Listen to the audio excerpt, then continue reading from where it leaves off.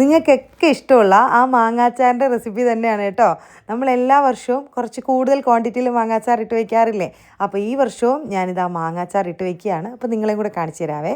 അപ്പോൾ ഇതാ കുറച്ച് കൂടുതൽ മാങ്ങയുണ്ട്, അത് നന്നായിട്ടൊന്ന് കഴുകിയെടുക്കണേ. ഇനി നമുക്ക് ഇതിൽ ഒട്ടും വെള്ളം കാണാതെ തുടച്ചെടുക്കുകയും കൂടെ ചെയ്യണം. നല്ല മൂത്ത മാങ്ങയാണ് കേട്ടോ ഞാൻ എടുത്തിട്ടുള്ളത്. നമ്മൾ കുറേ നാൾ മാങ്ങാച്ചാർ കേടാവാതിരിക്കണമെങ്കിൽ നന്നായിട്ട് കഴുകിയിട്ട് ഒരു തുള്ളി വെള്ളം പോലും കാണാതെ ഈ മാങ്ങ നന്നായിട്ട് തുടച്ചെടുക്കണം.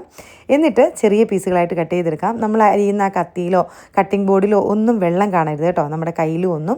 അപ്പോൾ ഇതാ മാങ്ങയൊക്കെ ചെറുതായിട്ട് അരിഞ്ഞെടുക്കാം. ഇത് ചെറിയൊരു കളറുള്ള മാങ്ങയാണ്. അപ്പോൾ ഇത് നന്നായിട്ട് മാങ്ങയെല്ലാം അരിഞ്ഞ് ഞാനൊരു മൺകലത്തിലാണ് ഇട്ട് വയ്ക്കുന്നത്, അല്ലെങ്കിൽ നോൺ സ്റ്റിക്കിൻ്റെ പാത്രം എടുക്കാം, അലുമിനിയം പാത്രം ഒന്നും എടുക്കണ്ട കേട്ടോ. എന്നിട്ട് അതിലേക്ക് കല്ലുപ്പിട്ട് വയ്ക്കാം കേട്ടോ. കല്ലുപ്പിട്ട് വെച്ചിട്ട് ഒരു 3-4 മണിക്കൂർ ഇതങ്ങ് മാറ്റി വയ്ക്കാം. അപ്പോൾ ആ മാങ്ങയിലേക്ക് ഉപ്പൊക്കെ പിടിച്ച് വെള്ളമൊക്കെ ഇറങ്ങി കിട്ടും. ഇനി കുറച്ച് ഉലുവയും കടുകും ഒന്ന് പൊടിച്ചെടുക്കാം. രണ്ടും ഈക്വലായിട്ട് എടുക്കണേ. ഞാൻ രണ്ടും ഇവിടെ 100 ഗ്രാം വീതം എടുത്തിട്ടുണ്ട്. പക്ഷേ ഈ അച്ചാറിന് ഞാൻ ഇതിൻ്റെ പകുതി മാത്രമേ കൊടുക്കുന്നുള്ളൂ.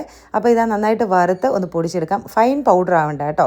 ബാക്കി പൊടി നമുക്കൊരു കുപ്പിയിലാക്കി വെച്ചാൽ നമുക്ക് അച്ചാറൊക്കെ ഇടുന്ന സമയത്ത് ഇച്ചിരി ഇട്ട് കൊടുത്താൽ മതി. ഇനി കുറച്ച് ഇഞ്ചി വെളുത്തുള്ളിയും കൂടെ ഇതുപോലെ തൊലിയെല്ലാം കളഞ്ഞ് വെള്ളമൊന്നും ഇല്ലാതെ ചതച്ച് വെച്ചിട്ടുണ്ട്. ഇനി അച്ചാറിടുന്ന ഒരു പാത്രത്തിലേക്ക് നല്ലെണ്ണയാണ് കേട്ടോ ഒഴിച്ച് കൊടുക്കേണ്ടത്.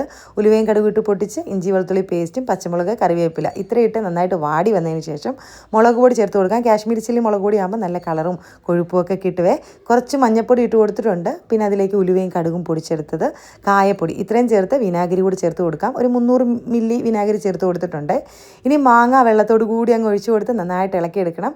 മാങ്ങ ഇട്ടിട്ട് ഉടനെ തന്നെ നമുക്ക് ഗ്യാസ് അങ്ങ് ഓഫാക്കി കൊടുക്കാം, അല്ല മാങ്ങ വെന്ത് പോകും കേട്ടോ. ഇനി നല്ലൊരു ടേസ്റ്റൊക്കെ കിട്ടാനും അച്ചാർ കേടാവാതിരിക്കാനും കുറച്ച് പഞ്ചസാരയും കൂടി ചേർത്ത് എല്ലാം കൂടെ നന്നായിട്ട് ഇളക്കി ഇനി ഇതൊന്ന് മാറ്റി വയ്ക്കണം കേട്ടോ, ചൂടാറാനായിട്ട്. ചൂടാറിയതിന് ശേഷം നല്ല കുപ്പി ഭരണിയിലാക്കി അങ്ങ് സൂക്ഷിക്കാം. 1 മാസം വരെ ഈ അച്ചാർ വെളിയിലിരിക്കും കേട്ടോ. ഞാൻ 1 മാസത്തേനുള്ളത് ഒരു കുപ്പിയിലാക്കി വെളിയിൽ വെച്ചു.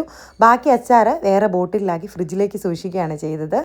അപ്പോൾ ഇപ്പോൾ മാങ്ങയുടെ സീസണൊക്കെ അല്ലേ, അപ്പോൾ നിങ്ങൾ ഇതുപോലെ കുറച്ച് കൂടുതൽ ക്വാണ്ടിറ്റിയിൽ അച്ചാറിട്ട് വയ്ക്കേ.